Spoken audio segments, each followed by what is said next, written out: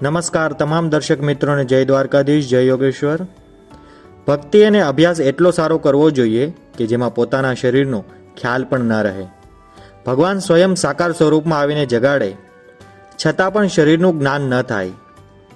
જેવી રીતે ભગવાન શ્રી રામચંદ્ર દ્વારા શુતિક્ષણ મુનિને જાગૃત કર્યા છતાં પણ શરીરનું જ્ઞાન થયેલ નહીં। એવી સ્થિતિ શીઘ્ર પ્રાપ્ત કરવા માટે કોઈ પણ વાતની પરવા કર્યા વગર દરેક સમયે કટિબદ્ધ રહેવું જોઈએ। મનુષ્ય સમયની કિંમત જાણવી જોઈએ। સમય પ્રતિક્ષણ ઓછો થતો જાય છે। મનુષ્ય શરીરનો સમય અમૂલ્ય છે। આથી ભજન, ધ્યાન, સત્સંગરૂપી અમૂલ્ય કામોમાં જ સમય વાપરવો જોઈએ।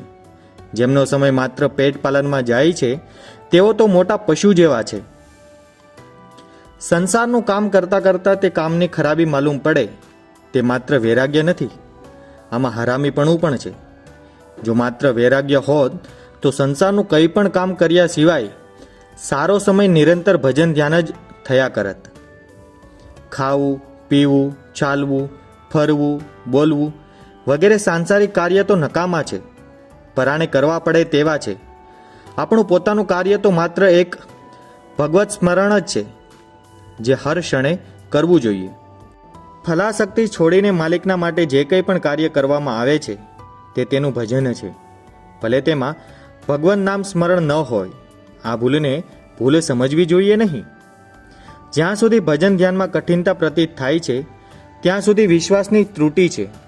વાસ્તવમાં ભજન ધ્યાનમાં કોઈ પરિશ્રમ નથી। મનુષ્ય હર હંમેશ ભગવાનના નામનું સ્મરણ કરતા રહેવું જોઈએ। આપણું જીવન અને આપણો સમય બંને કિંમતી છે, માટે તેને આપણે ખૂબ જ ધ્યાનથી ખર્ચ કરવો જોઈએ।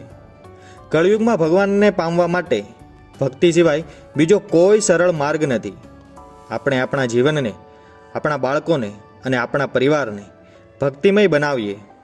જો તમને અમારો વિડીયો પસંદ આવ્યો હોય તો તેને લાઇક કરવાનું, શેર કરવાનું અને અમારી ભાવભક્તિ ડિજિટલ યુટ્યુબ ચેનલને સબસ્ક્રાઈબ કરવાનું ભૂલશો નહીં। ફરી મળીશું એક નવા વિડીયોની સાથે। ત્યાં સુધી જય હિન્દ, જય ભારત।